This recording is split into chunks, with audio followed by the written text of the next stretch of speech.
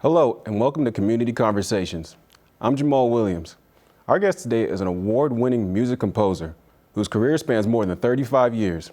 He taught at every grade level in 4 major cities: Chicago, Indianapolis, Baltimore, and the greater Washington area. He's currently the music director of Pilates Arts Academy and a member of the Laurel Arts Council. And he was recently named a semi-finalist for the 2022 Grammy Music Educator Award. Please welcome Tony Small. Pleasure to be here. Pleasure to have you, Tony. How you doing today? I'm fantastic. Well, Tony, first things first, first question I gotta ask you, Grammy-nominated music conductor, has that even sunk in? No, because I still don't know where the nomination even came from. I don't know. Really? If it was my university or which kid. I have a suspicion that one of the Chicago kids. I'm still in contact with a lot of them, and they're doing great things. There's no success without successors, right, as what one of my mentors used to say. So my Chicago kids, it's been so long ago, they're amazing artists, educators, rappers, producers. Every time I look up, they're on some show, and it's neat to see. So I feel like a proud papa. Wow. Yeah. Well, specifically for you with the nomination, like you walk a little bit different, you stretch your stuff a little bit, you puff your chest out. Like, how's it feel? You calling your friends, you bragging about it? How's that feel? No, actually not. And I must say, a lot of my colleagues and friends are nominees as well. Music, they're writers, they're producers. They're artists, so they have some neat qualifications and credentials as well. So, but I'm humbled. Wow. And I'm really thankful. Thank God. God is to be glorified. The journey has been good. Well, and on top of the nomination, you just recently put out a documentary, kind of putting together everything that, throughout your span of 35 years. What was that process like, putting that together, and how did it come about? Well, actually, the awards committee asked me to pull together former students and put something together. There were a lot of questions in the next round that they needed to hear from former students, and my kids sent stuff I hadn't seen for 20 years, right? Productions, old clips. And again, a lot of them just sent heartfelt, warm responses, and I was moved. It was especially neat to find out that one of my students from Chicago, after he graduated from college, went back to the same school. Yeah, I saw that. And I was like, what? I didn't even know that. Yep. Yeah, the journey's been good. It's been cool. That's great. And I've seen also in the documentary, you've worked with a lot of the music greats that I've seen, like Marette Brown Clark, who's a gospel artist, Denise Graves, Baltimore native, mezzo-soprano. Like, how's it been just working with so many, like, just great and talented artists throughout your years? Well, I think it's funny how people's paths cross, right? Marette Brown Clark, an amazing colleague, friend, and artist, a stellar award.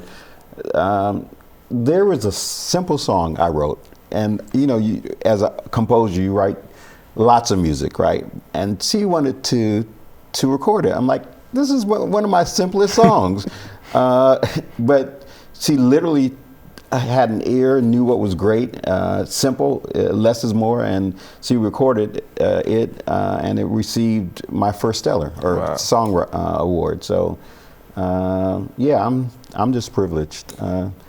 All these just great artists. Denise Graves, also a wonderful colleague. I was commissioned by the Smithsonian and the Sultanate of Oman to write an opera in years ago, and Denise served as my artistic director and consultant, and it was amazing working with someone of that caliber. Wow. And she's also Grammy award winning, but one of your most popular divas of opera in the world. So that's beautiful. Yeah. And Also with your students that you've been able to just inspire, we just alluded to one of your students, and you've had more like Terrence Smith, Annalisa Walls, Thomas Baker. What's it been like to see not only your students continuing their music career, but knowing that you've had a great impact and an influence on them being able to do that as well? There's no better feeling, I must say. Again, no success without successors, but when you can pour into the lives of others and they benefit, and then they come back, they're better musicians than you, right? They can teach you a thing or two, and so I love it.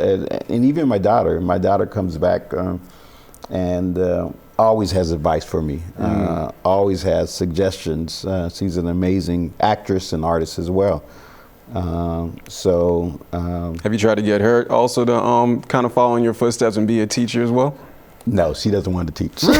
She did that during camp, and I can every now and then get her to do a master class. She's a Juilliard grad, and an amazing actress. She's an award-winning voiceover artist. Wow. So she's doing her thing, but anything that we know particularly?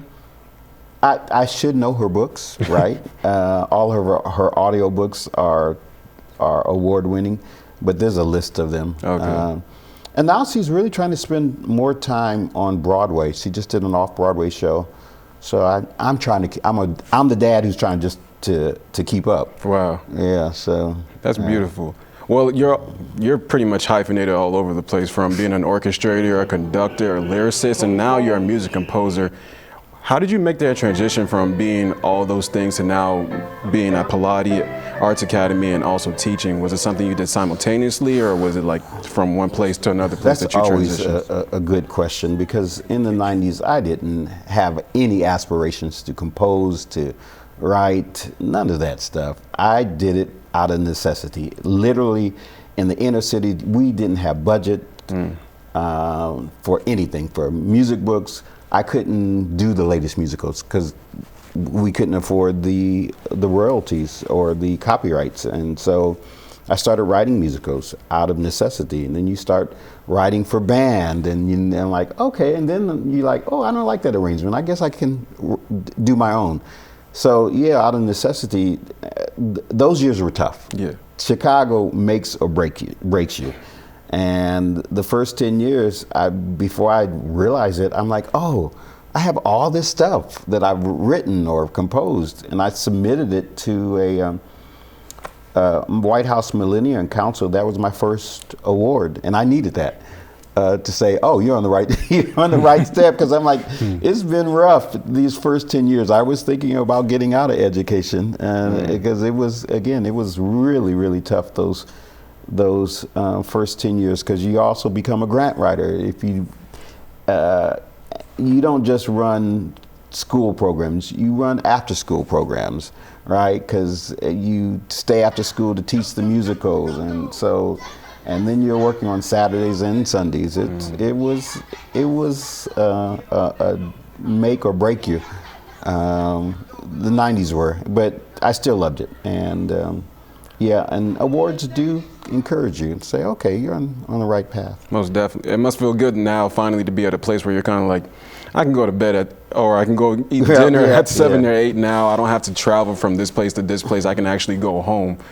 Well, I love that, and I feel like at this point of life also, Pilates is a gold mine for me. It's my next big venture, or last venture probably, as an educator.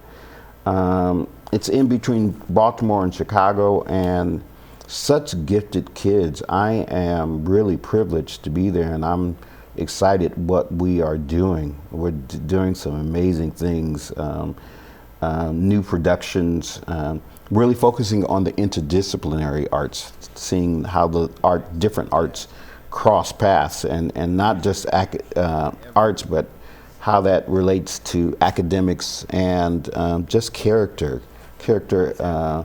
So trying to do some of all that I've done in the past 35 years it's going to take some time, but I am enjoying it. I am enjoying this part of the journey, and it's so good to be at one place, one location, one school. And it's been almost a year, correct? It's almost a year. Right. So yeah, got some great things in store for Pilates, and we're doing some really neat things. We started a sports monologue series, and being written with athletes. Incredible masterclass series where I get to call all my friends who still owe me favors and get them right here at the Pilates. So and again, gifted students. Looking forward to building that program. It is definitely going to be the next Baltimore School of the Arts or Duke Ellington. It's right here in Laurel. Wow. And so, yeah, I'm thrilled. Well, you heard that here first, people. What also, I wanted to ask, what do you try to pull out of your students? Because you've taught in so many places, now you're here at Pilates. What is it that you try to get out of your students whenever you're teaching them about music? What is that one thing you're trying to get out? First of all, to tell the truth, for them to learn that it's not about their gifts. I mean, there are some gifted people, but attitude is everything, and you could be the most gifted actress, singer in the world, but if no one wants to work with you, your disposition, character is everything, integrity. So I let them know that people don't want to just know about your gift, they want to know how it is to work with you. But yeah, if you're a difficult person to work with, and no one will want to work with you in the long term. You know, and then gifts are wonderful, but there's something about work ethic that in the long run it will catch up with a gift. And so work ethic and again character is everything, and attitude, I tell them, is everything. But you still, even if you're gifted, you still have to work. Right. You really have to work hard in this business, and then you have to love it. And if you don't have a passion for it, because if you love it, you won't mind working. And so. Well, you're teaching them. I'm sure they're going to learn something from your 35 years. And I wanted to ask you one of our last questions. This may be a hard one for you, but you've done so many productions in your 35 years. What are your top 3 productions that you've done as a music composer that you could tell me? I think it's a cross between 3 things. The opera that I wrote, which really, you know, just even took a year of studying. It was to really just demystify Muslim culture and stereotypes, but also it was fun, and I've never actually put so much work into a work. But also the first musical I ever wrote is something I'm bringing back. It's called Shine Through. It's an old adage. My grandmother, old folks used to say, shine through, right? But it's based on a true story. And it's hilarious. About a music teacher that literally I've seen this prototype everywhere, and the challenges of classical and gospel and jazz musicians. Right. It's hilarious. It's a true story, and I'm rewriting that third one. I can rattle some off for you, and I know you've done a lot. There's a holiday musical I wrote that another true stories, you know, and they remind, as true stories usually make the best, or great books make the best musicals. There in Baltimore, I learned that there is a challenge with African American males being adopted. And it's a true story that I saw, and have mentored a lot of kids. Minority children do not get adopted, but especially males in inner cities, and they stay in orphanages until they graduate, and it's a travesty. So I wrote a story years ago that I debuted at one of the museums, and it was incredible. I had so much fun doing it, and stay tuned. There's a television version that we're working on. Can we get a sneak peek of that a little bit, or a synopsis? It has some of my favorite music, and it's kind of a documentary. It's going to take a couple years, but someone is interested in it. And to tell the truth, I plan on using my Pilates kids. Oh. You did hear it first here for the production. So that's not going to be until next year, but we're slowly working on it. So yeah, some projects that I'm just really excited again to kind of use Pilates as my base for new works. I use that to educate kids and to include them in it. So I'm excited. That's beautiful. I saw, obviously I was a little bit too young, but I saw one of your productions that I saw in the documentary, United America, 9/11 Memorial. That one, it was very moving. I just wanted to know, like, obviously the tone was set with everything that was going on then, but what was your inspiration kind of wanting to go into it? How did you tackle it, and also how did you get Sandy Pratt to also to be here as well? Sandy Patty, yeah. Well, Sandy Patty is an alum of my university, and this year, just 21, I was they give an alum award every year, an arts alum award, and Sandy got it probably 10 years ago, and I got the alum award last year. But and Sandy, gosh, grew up on Sandy. Not much younger than her, but just an amazing artist. But 911, I don't know how many people were literally watching the TV when the planes literally hit the World Trade Building, and I was sitting there and I literally started crying. And I was so moved. I literally wrote the song probably that evening, asked artists and friends to record it in the next couple of days. My wife actually sang the lead. And then Fox TV immediately heard the song and created a video, and it went viral in the days before YouTube and circulated on probably most stations in the United States. And then from there, choirs started singing it, mass choirs, and we probably performed the song for about a month afterwards. So yeah, just randomly, just was moved,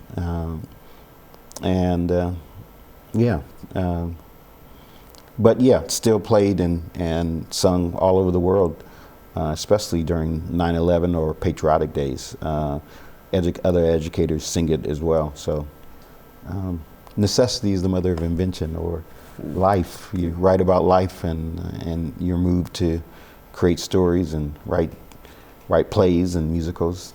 Yeah. That's amazing. Well, you're a semi-finalist.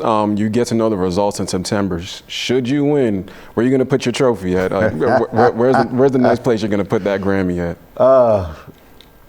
You know, there are so many great educators out there. I mean, I'm honored to be nominated. I'm just honored to be nominated, but my friends are colleagues, and colleagues are educators, and they do great things as well. So, to tell the truth, I'm honored to be a finalist. But there are a lot of folks doing good work, and I'm glad to know that there are people still in the inner city of Chicago, in the trenches, doing hard work, trying to make sure that what I call the democratization of arts, the big buzzword, arts for all, is important. And arts, I just want everyone to be exposed to the arts. Wow.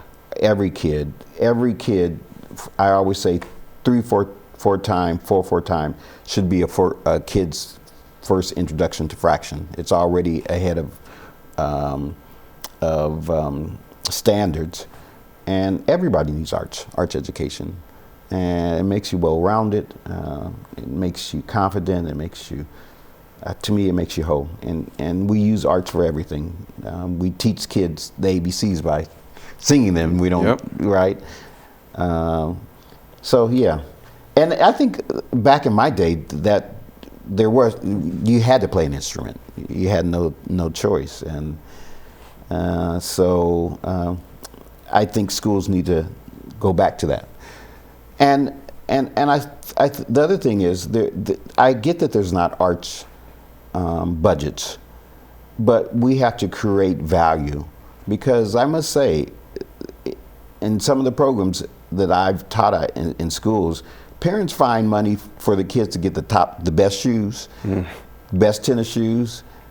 Every kid that I know has a cell phone. Yep. But parents aren't willing to invest in the arts sometimes. And so we have to, again, create value again for the arts education it costs. Right. Well, Tony, thank you so much. Before we let you out here, is there anything that you want to plug or anything that you want to put right here on the camera where people can follow you, or where people can also watch your work as well?